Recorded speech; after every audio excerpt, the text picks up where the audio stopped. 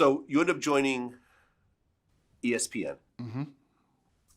You and Skip Bayless had an interesting back and forth. We did. How long ago was that? I want to say that took place in 2010 or 11. Yeah, I think so. Because it was actually taken off the air and someone reposted it on YouTube. And Yeah. I went through it. Yeah. And you guys really went at it. Mm-hmm. What do you think was the gist of that argument? The gist of the argument I had with Skip Bayless, by the way, we had multiple debates. Yeah, but that one kind of stood out. Correct. So as I mentioned, I was on the show since it was in New York and it was cold pizza. I used to be a guest on the show to when it graduated and became First Take and moved to Bristol. And so now we see it doing the work that it's doing right now with Stephen A., Max, and my lovely wife, Molly. And so the content of the debate was I was defending the idea that it's okay to name call as your analysis of describing players. Because there was a period of time where he was coming up with nicknames. Chris was Bosch Spice, and it was a couple of more that I don't remember off the top of my mind. So basically, you know, I was coming from the standpoint of I was encouraged to get into this industry for a lot of different reasons. One of them is I wanted to try to be what I personally consider a voice of reason that can have an opinion, a strong one, that can definitely, you know, ruffle some feathers, but not make it personal, which to me is something totally different. You learn that trash talking, playing outside growing up. It's one thing for you to be future NBA player talking trash to local drug dealer. It's another thing to know that he can go pop the trunk on you and end the game, and you never make it to the league. So you learn eventually what to say and what not to say, and more importantly, what not to say to certain people. But a lot of times that could get blurred. And when you're giving your description of what you feel like they are as a player or what you felt like their behavior was, my point was there's a way to do that without calling the person by a niche nickname that's clearly not positive. What wasn't part of the argument about you being an ex-player and him never playing the game? That's where it ended up going. Yeah. Because initially it was about Russell Westbrook. Right. It was about the fact that Russell Westbrook wasn't a traditional point guard. Oh, he's only gone on an average of triple-double for 3 straight years. Right.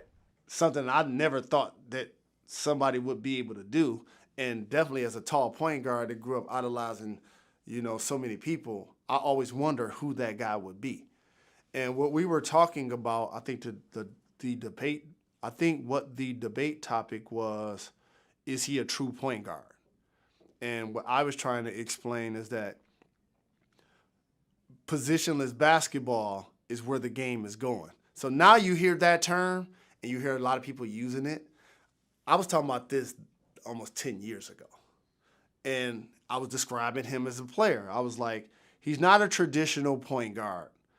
And I think as much as he loved the San Antonio Spurs, I think I was trying to tell him, when Tony Parker's at his best, it's 25 points and 5 assists. It's not 20 points and 12 assists. And I was trying to explain to him the kind of combination guard Russell Westbrook was, and then his retort was a personal one because he said, so what kind of guard were you? So now, somebody that grew up in the hip-hop era, and that's more than just rapping with a microphone, as Kara's taught us, it's graffiti, it's breakdancing, it's DJing, it's a lifestyle, it's what you say, it's what you wear. If I'm going to go on a debate show, I kind of got to have a couple of counterpoints to make if somebody throws shade. And so I'd done some research that I'd been sitting on, that I didn't know that I was going to actually even say it that day. I probably could have said it 2-3 months prior because I had it for, I just never resorted to mentioning it. And so once I saw that the debate had a tipping point and became personal. Became personal, right.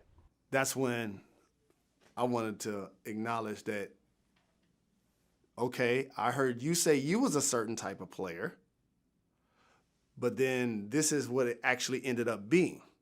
So it really was in the context, it was really in the context of sports. You know, it wasn't like I was trying to sit in the backseat of a car like, aha, got you moment. It's, I'm a player for 20 years. People can Google how much I averaged, and it becomes free game, right? So I felt the exact same way. Right. But he never played pro sports. No. Did he play in college? Not that I know of. So he was a high school player. Yes. Okay. Yes. It is what it is. Right. And so, and again, it's a debate though. So you're going back and forth. And frankly, when I saw his reaction to it, I felt bad about it. So I did apologize to him. I gave him some designer shoes as well. And when we see each other, we cool.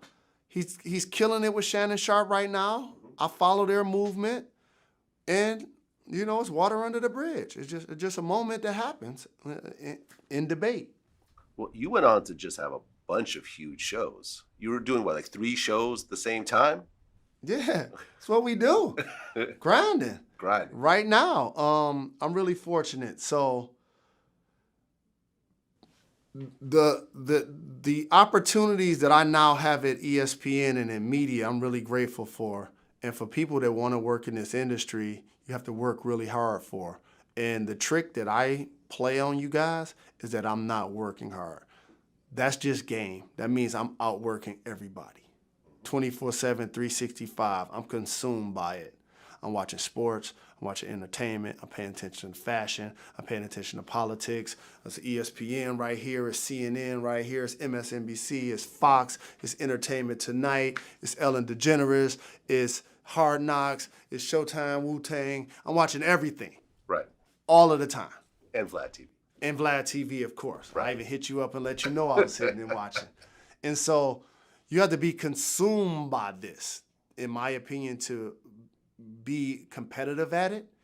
And so now, initially working at the company, I got a chance to work on so many shows. NBA Tonight, Coast to Coast, Monday through Friday with Numbers Never Lie. And at that moment, I realized I had a John Sally-ish revelation. I was like, I'm the only former basketball player that's doing a Monday through Friday national televised sports show. And now, in 2019, some of my favorite people who just happen to be football players, Mike Golick, Marcellus Wiley, Michael Strahan, Chris Carter, Shannon Sharp, Nate Burleson, all Monday through Friday shows. You know what drum I'm still quietly trying to be down? To not be the only basketball player doing it Monday through Friday.